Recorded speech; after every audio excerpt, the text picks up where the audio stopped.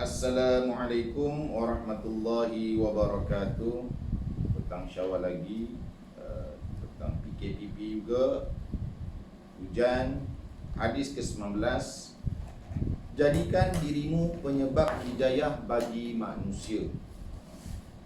An Sahl bin Sa'd radhiyallahu anhu qala Rasulullah sallallahu alaihi wasallam, wallahi la an yahdiyallahu bi hudaka rajulan wahidan khairun laka min umrin na'am.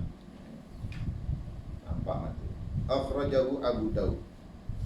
Maksudnya daripada Sahal bin Sa'ad radhiyallahu anhu, beliau berkata, Rasulullah sallallahu alaihi wasallam bersabda, demi Allah, bahawa memberi petunjuk oleh Allah akan seseorang dengan sebab engkau, maka itu terlebih baik daripada unta yang merah. Riwayat Abu Daud.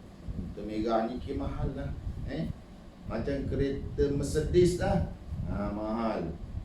Berapa ringgit? Banyak ringgitnya tu. Jadi diumpamakan gitu bagi orang Arab dapat unta merah ni kismat ah. Okey, keterangan. Memberi hidayah bagi seseorang adalah mutlak menjadi hak Allah Subhanahu wa taala.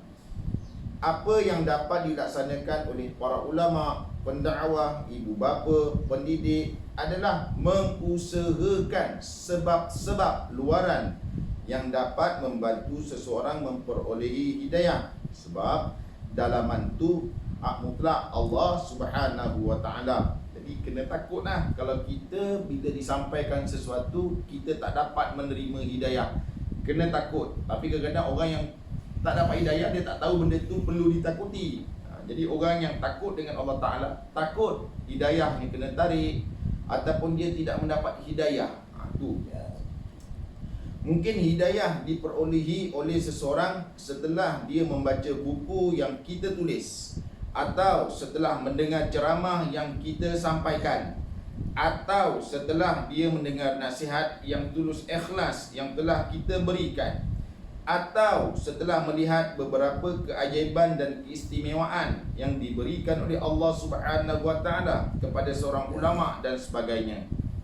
Jadi yang menyampaikan bagi pihak luaran kepada penyebab hidayah itu macam-macam jalannya. Kadang-kadang kita ni tak pandai cakap dakwah pada orang, tetapi kita pandai menulis. Maka menulis itulah sebagai satu medium menyampaikan dakwah. Sama ada dia buat buku, atau dia menulis melalui Facebook, atau dia menulis melalui WhatsApp. Tu contoh. Kadang-kadang dia bercakap tak pandai, menulis tak pandai. Mungkin dia pandai menggunakan karikatur. Lukis gambar kartun gini. Orang perempuan pakai tudung, tu gambar lah neraka, orang masuk orang kubur kena azab, kena belit dengan ular. Mungkin begitu. Lukisan kartun yang dilukis tu boleh menyebabkan nyampai kepada orang lain. Atau dia tak pandai itu, tapi dia pandai berkarya melalui drama-drama pendek. Contoh lah, dia pandai melakonkan watak-watak tertentu, selagi tidak langgar pada syarak, maka menjadi asbab kepada sampainya dakwah tadi ni kepada orang ramai. Itu kelebihan masing-masing. Kita tak boleh letak pada satu, sebab hidayah itu milik Allah Ta'ala.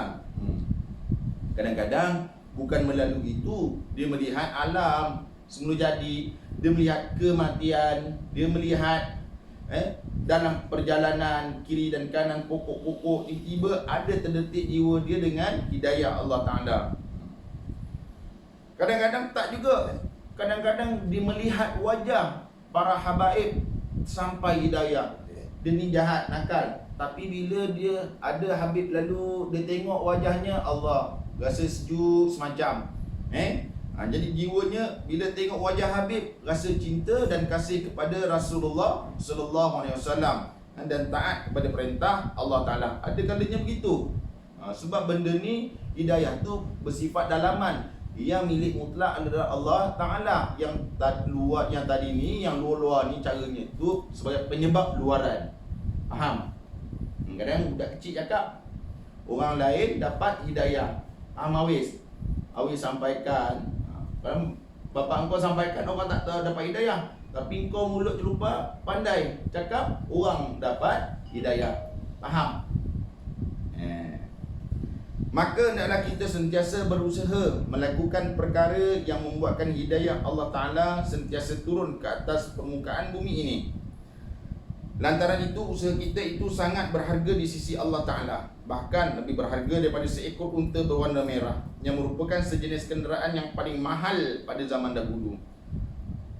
Jangan pula begini, dah lah, aku dah cakap 3 kali, aku dah, dia nak ikut tak nak ikut, sudah, hidayah milik Allah. Itu orang yang berputus asa dari menyampaikan amanat-amanat sebagai menjadi asbab kepada hidayah Allah Ta'ala. Itu dinamakan orang yang telah berputus asa. La tai'asu min rahmatillah. Anak tak dengar kata, cakap lagi, cakap lagi, cakap lagi, sehinggalah sama ada pertama dia mendapat hidayah, ataupun yang kedua dia mendapat bala Allah Ta'ala. Contoh, sama ada mendapat hidayah Allah Ta'ala ataupun mendapat bala Allah Ta'ala. Tugas kita adalah menyampaikan. Kemudian jangan maki pula, dalam kau ni tak dapat hidayah, tak gitu. Tapi kita boleh sebut juga perkataan tu bagi menggerunkan orang yang tak boleh nak berubah. Tak boleh nak berubah. Kemudian berserah kepada Allah Ta'ala, bainahu wa bainallah. Itu di antara dia dengan Allah Subhanahu wa Ta'ala.